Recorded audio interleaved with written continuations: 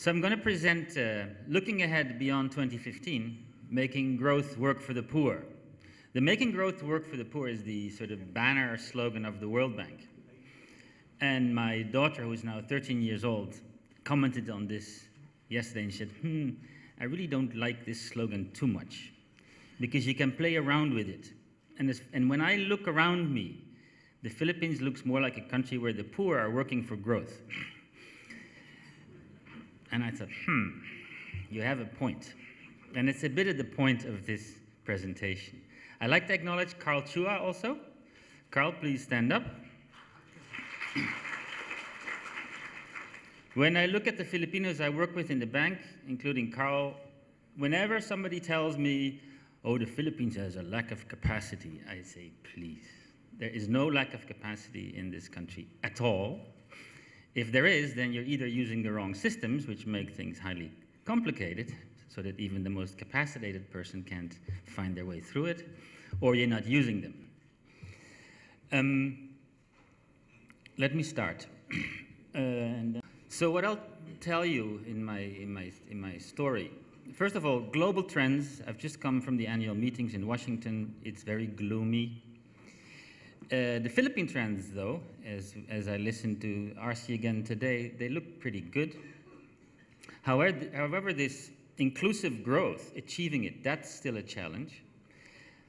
However, given what's happening in the region and in the world and in your country, there is opportunity. I call it, the stars are aligned, you have the wind in your sails. Poverty projections, yes, RC, we've done the math.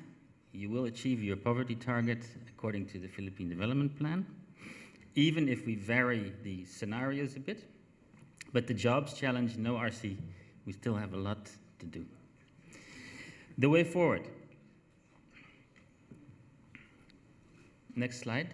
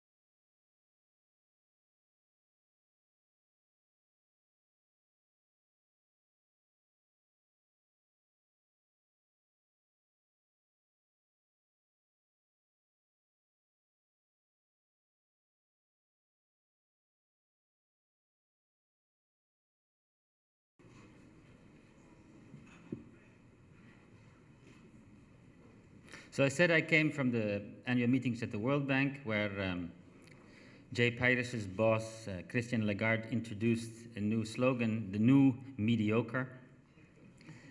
Earlier, I guess this is about one and a half years ago, Larry Summers talked about secular stagnation, basically because you can't reduce interest below the nominal zero level. We're in a situation where we have very accommodating monetary policy, but there's still no growth. And then I also listened in Washington to Danny Roderick, and he has a lot of pessimism about applying the old growth strategies in the new world. Next. So here are the global growth forecasts that we've been downgrading since earlier in this year. Global growth, we've downgraded from 3.2% to 2.6%. Growth in developing countries, we've downgraded from 5.3% to 4.5%. Growth in high-income countries from 2.2 to 1.8. Next. And here's this graphically, yeah? So the annual meetings were a bit gloomy, I have to say. Slower trade growth. So this is part of what Danny Roderick is talking about. In the past, it was really a very good and tried and successful strategy to basically maximize your economic growth through openness and to, jumping on the export bandwagon. And this is what countries like Japan, Korea, Taiwan, China did. But the numbers look like world trade growth in the future is on a structurally lower path. And this is what this graph tries to capture. Rogier held a gloomy talk stressing this point and saying, well, manufacturing growth through exports will become more and more difficult. It's also less intensive in its use of labor. And services, which then is the next candidate, he doesn't know many examples of productivity growth and employment expansion in services. So his message was growth in the future will have to come the hard way through economy-wide improvement in capabilities, requiring broad-based investments in human capital and institutions. But he thinks the potential growth rates will be lower in the future. And if the World Bank looks at whether we can achieve the poverty target of reducing extreme poverty to 3% by 2030, that's far from assured for the world as a whole. So we want to reduce global poverty in 2013 to 3%, measured at the $125 a day. And if you look at if average income in all countries in the world would be 4% per year, then we would reach it. We'd have a headcount in the world of 3%, and the number of poor would be 252 million. But anything less than that will not get us there. So for instance, if each country simply sustains average per capita growth that they've achieved in the last 20 years, we won't meet the target. We'll have a headcount poverty ratio of 6.8%.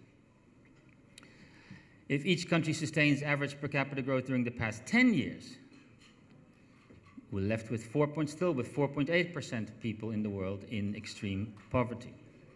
And if each country sustains average per capita growth during the past 10 years based on the surveys, the household surveys, then we have 6.7%. So that's a challenge. So business as usual cannot be the answer. Especially since I told you, we know that the global forecasts in growth are going down.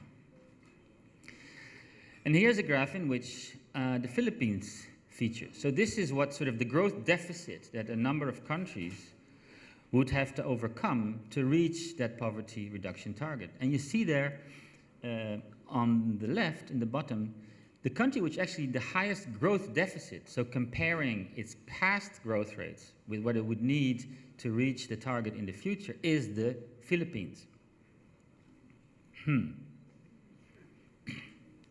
But, and now I'm going to switch over in a optimistic mood that I think the younger generation likes better. Philippines has experienced higher growth in the last decade, and especially the last years. So we can argue that maybe that pessimistic story for the world applies to the rest of the world, but the Philippines looks in the last years as having broken the trend. And as RC says, it looks like you're on structurally a higher growth path. Good news. Strong macro fundamentals that are now paying off, yeah? So I don't think many people in this country would suggest things like, you know, fixing the exchange rate or, you know, lowering interest rates and letting inflation go wild. I think that's all very much now a type of stable macroeconomic environment that the Philippines has invested in the last 10 years, and it's paying off. Inflation down, next. Improving fiscal position. You know, if you look at what the Philippines has done in the last 4 years, it has doubled social spending. That's enormous. I don't know of many countries in the world which have done that, but you've done that, and you've done it in a fiscally sustainable way. Your debt pressures have been reduced, a lot of debt has been paid off, that has created fiscal space, and you've invested it. Next. And you have a history of successful reforms. The business process outsourcing sector. So when Danny Roderick tells us, you know, it's very difficult to move from sort of low value, low wage services into higher value added services. A lot of countries in the world are struggling with that immensely. We can tell Danny, but you know, there's this one country in East Asia, the Philippines, which is probably now a world leader on it. You have been able to get into that area. High value business process outsourcing service, which are creating a lot of jobs. I think 1 million by now. Mobile phone, you know, you're one of the highest, have one of the highest user rates in the world. Internet, air transport.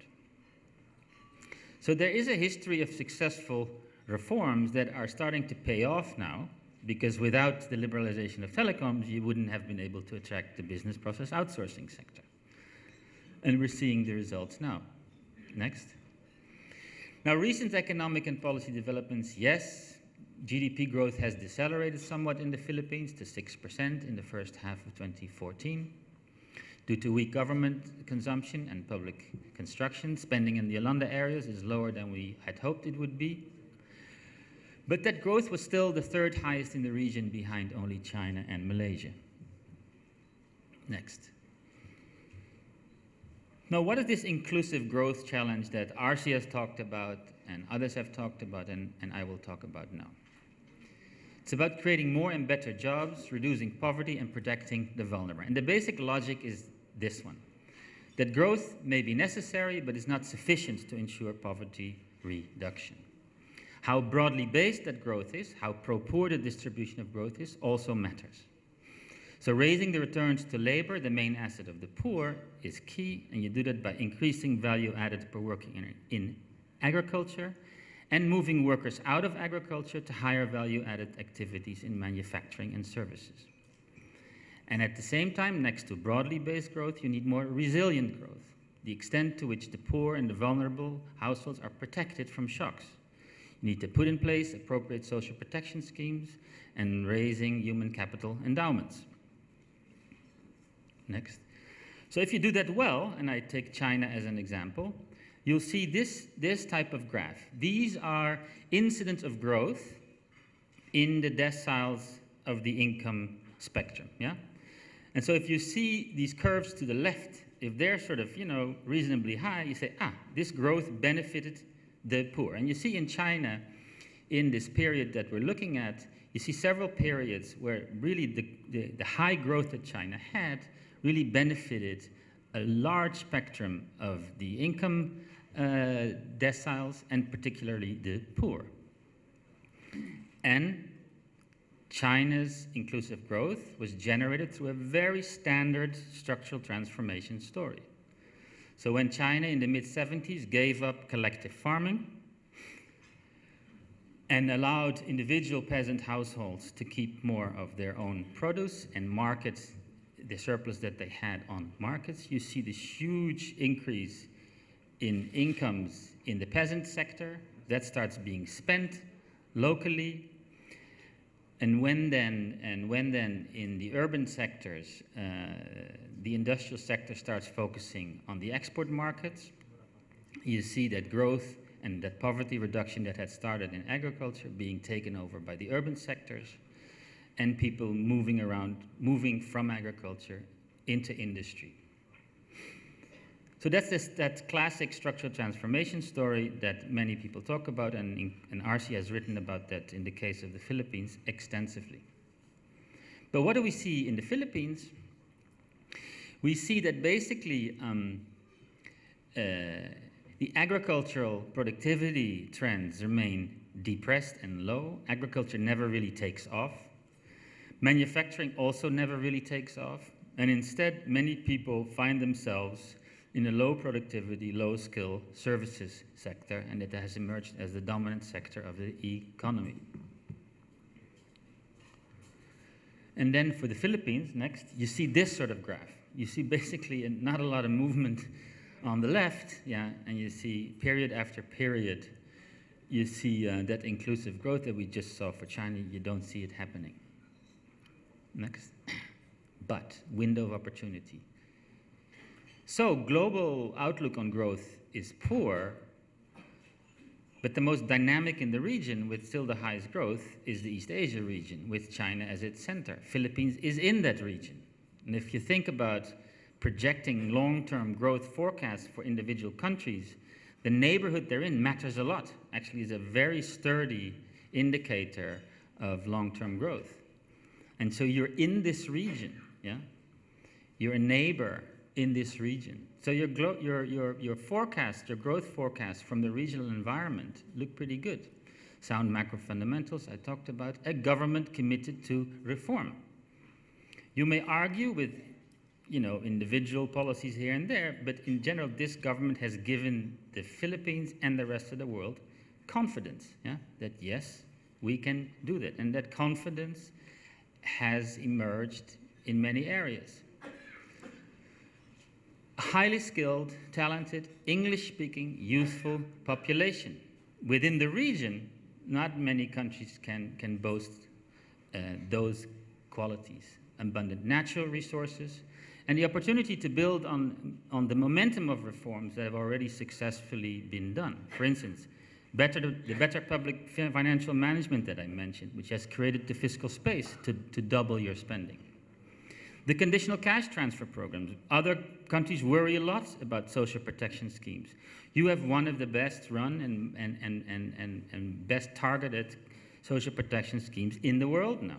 This is there. You can now identify the poor by name.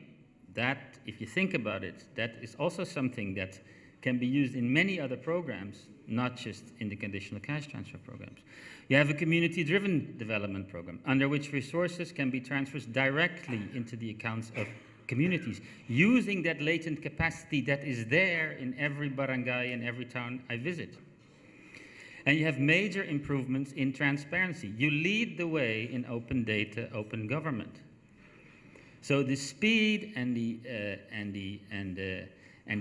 extensiveness with which this government in just a year has released data onto the internet is amazing, and it's been recognized.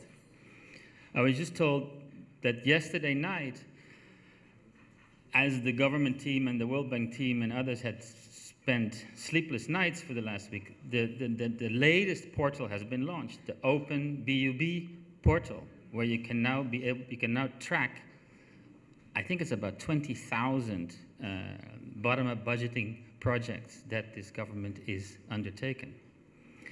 You use geotagging.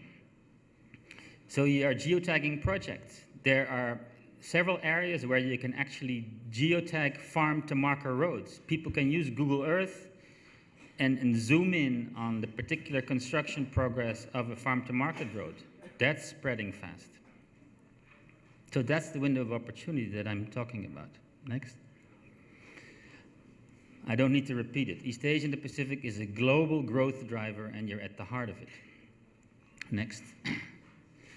Within East Asia, the growth projections are these.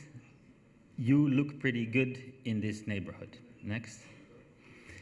And poverty reduction, after having been less than impressive for the longest time. This is the same slide that RC also showed. Since the data in 2013 and what has come thereafter, it looks like there's a different speed with which poverty is being reduced. The elasticity looks that it has improved.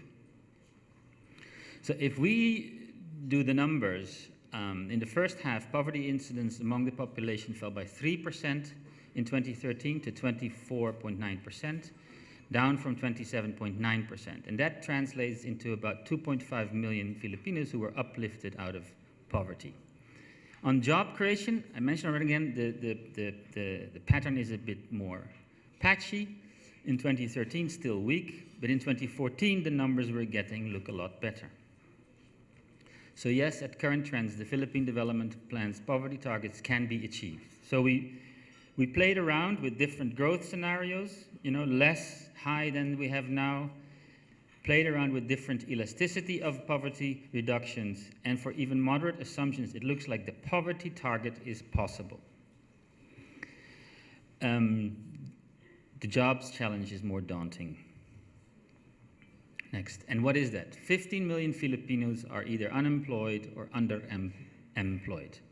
And you have to really focus on underemployed. Because unemployment in a country like the Philippines is almost like a luxury. The poor cannot afford to be unemployed. They have to find a job. And with job, we mean what you do to make a living. So what you really have to focus on is the underemployment number.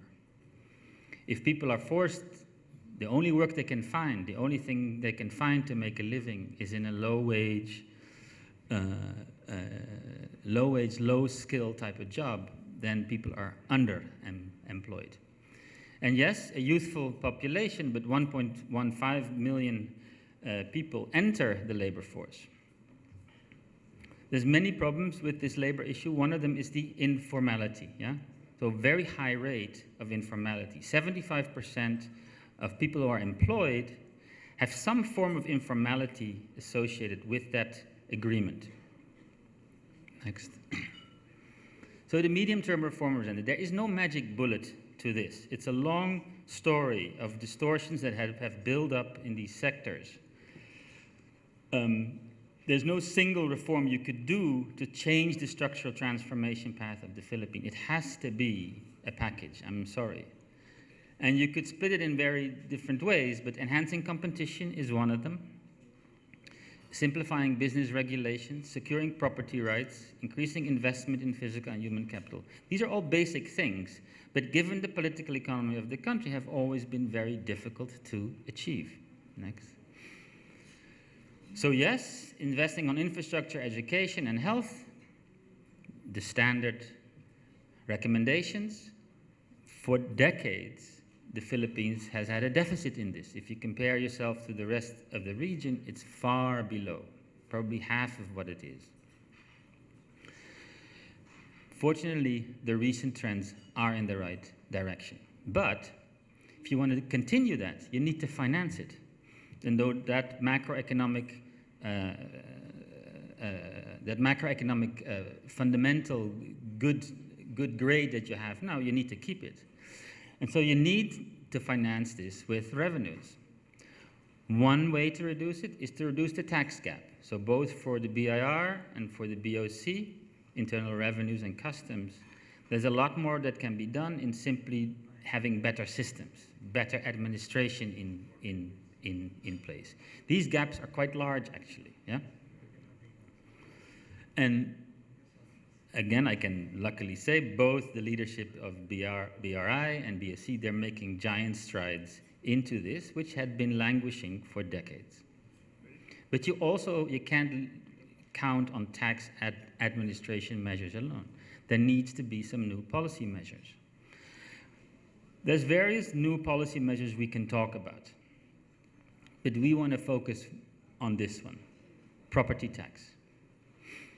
The other day I was at a conference at the ADB, and Ravi Kambur, a former World Bank colleague, said, you know, if we look at inclusive growth and redistribution of income, one area we need to do more technical work on is property taxation. And I said, well, Ravi, you know, the work and the laws and the policies around property taxation in the Philippines are excellent, but people don't apply them. Yeah? So for instance, here, as of June 2014, around 80% of cities and 75% of provinces use outdated schedule of market values for collecting real property tax.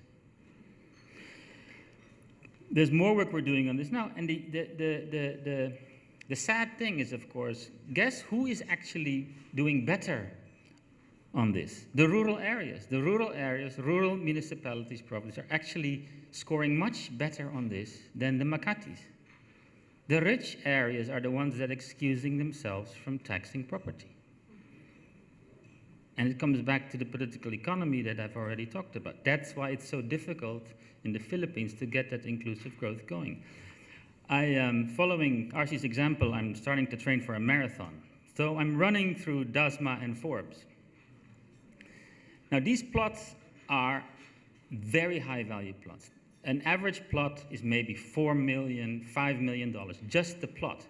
There are many plots in these areas that have reverted to subsistence farming. I'm not joking. Yeah.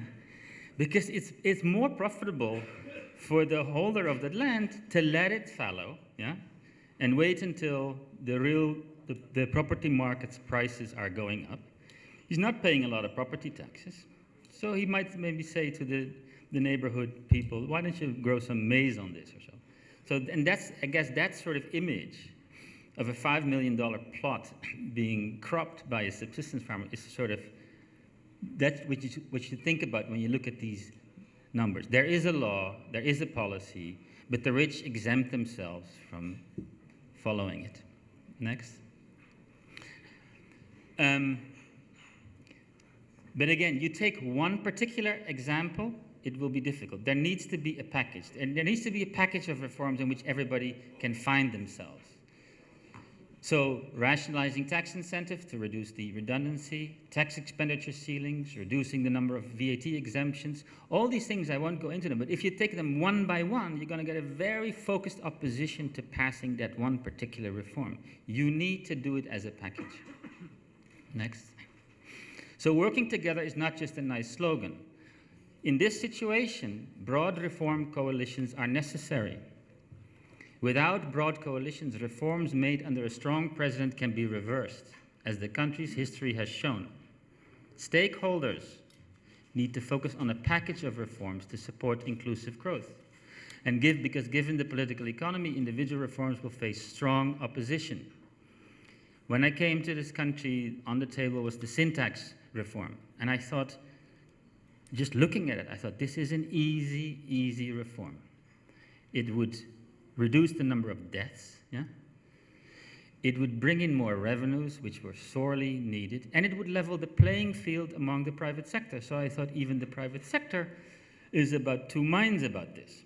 I said, so on paper, this looked like an easy reform. It took more than a year, yeah? And in the end, it passed by one vote, 10-9. That was an easy tax. Easy, quote unquote. So if you think about it, we need, when we talk about these reforms, there needs to be a coalition that can buy into a package of reforms in which they can trade off things. And these coalitions can form at many levels and around many themes. The country needs to come together and seize this unique window of opportunity, because it won't come around again, and you gotta seize it now. The example, the shipping industry. So very poor performance, and I only need to highlight the last two rows there. Average number of yearly accidents in the Philippines, 228, versus the rest of the region, 32. Average number of yearly casualties, 303. The rest of the region, 60. That by itself should end all discussions, yeah? But it's not. So we're working with NEDA on sort of thinking through how could this sector be reformed. And when you go into it, it's not just relaxing cabotage. Yeah, it's not just making it easier for foreign ships to ply local routes, and vice versa, may I add. There's no reason why the Philippine shipping industry couldn't be a world-class industry. But you need to address the competition in the domestic shipping industry. You need to address the ports infrastructure, because even if you resolve the first two, you'll hit the constraint of the ports. And there needs to be a network plan so that from the ports, you can reach out to the farmers at the end of the farm-to-market road. RC was kidding me and said, you know, where's this digitized provincial road network plan that we've been working on? But think about it. So you don't have a digitized provincial road network outside of Manila and outside of Mindanao. That makes thinking about how roads should reach poor rural farmers very, very difficult, yeah? Because you don't have that map. Let me take you another example. What about the rice prices? In September of 2014, 1 kg of rice cost 41 pesos in Philippine supermarkets. Consumers in Vietnam were paying the equivalent of 16 pesos. Now, I don't need to tell you what this does. It hurts the poor. It raises real wages beyond what they should be, yeah? This dialogue has been in the Philippines for decades also, yeah? And I hope that now is the time, you know, to finally make progress on it, because the divergence is just very high. I participated in a rice policy dialogue at the Department of Agriculture, and several in the room were there too. And the answer was, but the rice farmers are doing very well. Yes, they're doing very well, I believe you, but look at what cost to the rest of society. But focusing on that alone rice policy. Again, it will not work. It needs to be part of a broader package. We cannot start picking on rice farmers, just as though you cannot start picking on labor unions when you talk about minimum wage. It has to be part of an alliance, of a coalition in which people can find themselves. So what would a balanced package of reforms look like for rice policy? First of all, there is plenty of programs you can put in place to make sure that while food prices go down, farm profits don't have to fall. Yeah? There's plenty of ways you can achieve this. So you can tell the rice farmers, actually, if you sign on to this, you will do even better. You'll get better irrigation, better extension services, better farm-to-market roads. The price of rice might go down, but your profits will not go down. You can provide universal social protection to farmers, health insurance. If you compare the Philippines to the rest of the region, it's especially the registration and operation of SMEs that is extremely, extremely difficult. So industrialists, when they talk about expanding quickly, they say, I'll go for China anytime. Even though they say in the Philippines, if I want it well done, if I want it high quality, I rather prefer the Philippines to any of the other countries. But just to start up an SME, comply with all the regulations, pay your taxes, get small loads through customs is enormously expensive and difficult. So as part of the package, we have to go to SMEs and say, we will make your life easier. Businesses should support the reforms that promote competition to level the playing field. I mentioned the sin tax. We didn't really get support from organized business on that, yeah? Even though they should have said, this is a principle of level playing field that as a business association we should subscribe to and we should support it. Businesses should support the freedom of association and collective bargaining. And they should partner with government and organize training for workers to create and upgrade skills. One of the reasons why the business process outsourcing sector is doing so well, they have done this. And they can't keep up even with it. It's basically the business association implementing the training of college students in the skills that they need. And they are simple skills. They are not complicated skills. These are simple skills like English, comprehension, listening, etc., etc. Labor actively participate in the dialogue and include informal workers. Just betting for your own team in the formal sector is not really in the interest of the rest of the country. It has to include, and labor unions have to also support and defend the rights and the wishes of people in the informal sector.